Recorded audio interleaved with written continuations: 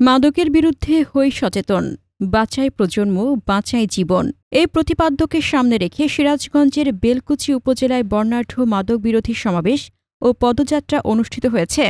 সিরাজগঞ্জ থেকে আসিফুল ইসলাম জানিয়েছেন বিস্তারিত। ৪ অক্টোবর শনিবার সকাল ১০টায় বেলকুচির শাহপুরের ডিএসএ উচ্চ বিদ্যালয় মাঠ প্রাঙ্গণে শিক্ষার্থী, রাজনৈতিক নেতা, চিকিৎসকসহ ২ শতাধিক মানুষের উপস্থিতিতে এ সমাবেশে নানা কর্মসূচি পালিত হয়। শিক্ষার্থী সংগঠন বুনন এর আয়োজনে অনুষ্ঠিত এ সমাবেশে সভাপতিত্ব করেন সংগঠনের সভাপতি ইকবাল এইচ রিপন। বেলকুচি উপজেলা বিএনপির সাবেক যুগ্ম আহ্বায়ক ও মডেল ডিগ্রি কলেজের অধ্যক্ষ আব্দুল মান্নান সরকার, জামায়াতে ইসলামীর উপজেলা সেক্রেটারি অধ্যাপক মাজহারুল ইসলাম, নাক কান গলা বিশেষজ্ঞ ড আলী আফতাব সূর্য, বণিক বার্তার সাংবাদিক আনিসুর রহমান, ছাত্র প্রতিনিধি মুসা হাশেমি, মোহাম্মদ মুসাব্বির হোসেন সহ বিভিন্ন রাজনৈতিক ও সামাজিক সংগঠনের নেতৃবৃন্দ। সমাবেশে উপজেলা ও পৌরসভার বিভিন্ন গ্রামের প্রতিনিধি বক্তব্য রাখেন।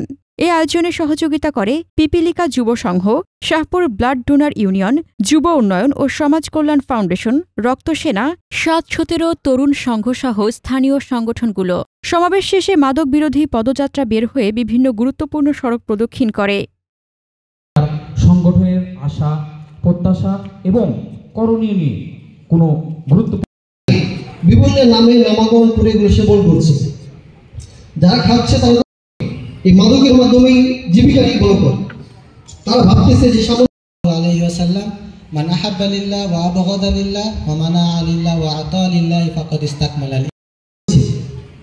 ডাইরেক্ট মদ নাম না দিয়ে বিভিন্ন নাম দেওয়া হয়, যেটা আমাদের নবী সাল্লাল্লাহু আলাইহি ওয়াসাল্লাম বলেছেন সুনান ইবনে মাজাহ 4020 নম্বর হাদিসে। ব্যক্তিকে সন্তুষ্ট করার জন্য কেবলমাত্র সন্তুষ্ট উদ্দেশ্য থাকবে কার? আল্লাহ তাআলাকে। যখন আমরা কেবলমাত্র আল্লাহ তাআলা সন্তুষ্ট উদ্দেশ্যে সাথে এই কাজগুলো আমরা করতে পারবো, আল্লাহ তাআলা তখন আমাদেরকে একটা আয়োজন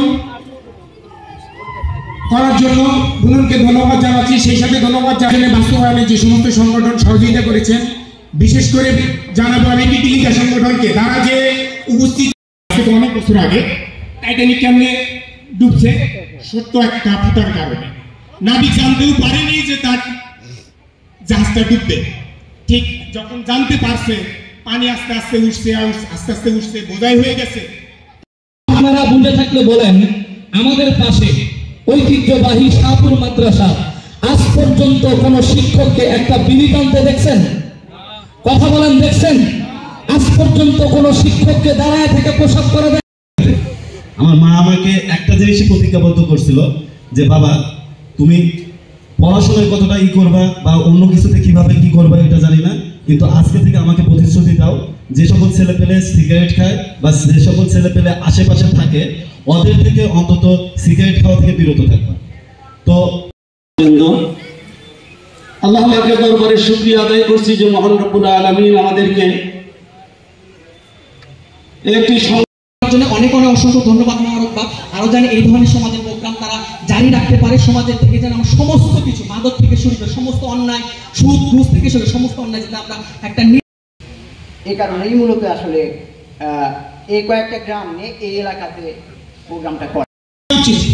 আমার পরিবারের একজন সদস্য মাদকাসক্ত হইলে আমার পরিবার ধ্বংস। পরিবার একটা সমাজ, একটা জাতিকে ধ্বংসের পথে ফেলে দেয়। তাই মাদককে না বলি, যেটাকে ইসলামী শরীয়তে আল্লাহ রাব্বুল আলামিন কোরআনে হাকিমে বলেছেন রিজসুম মিন আমালি শাইতান, কয়েকটা বিষয় উল্লেখ করেছেন। এখানে মদের যে বিষয়, এটা বলেছে শয়তানের কাজ। তো ফাজতানিবুহু, তোমরা এই মাদককে পরিহার করো যদি তোমরা সফলকাম হতে চাও।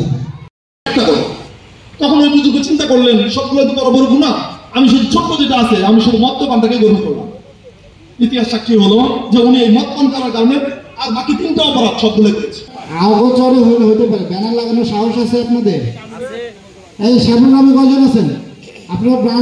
আপনারা ব্যানার লাগাইতে পারবেন? এই কুদরত বলো, পারবা? আগামীকাল বাড়াবাড়ি মাদক শুরু কম না বেশি? দাঁড়িয়াপুরে কজন আছে এখানে?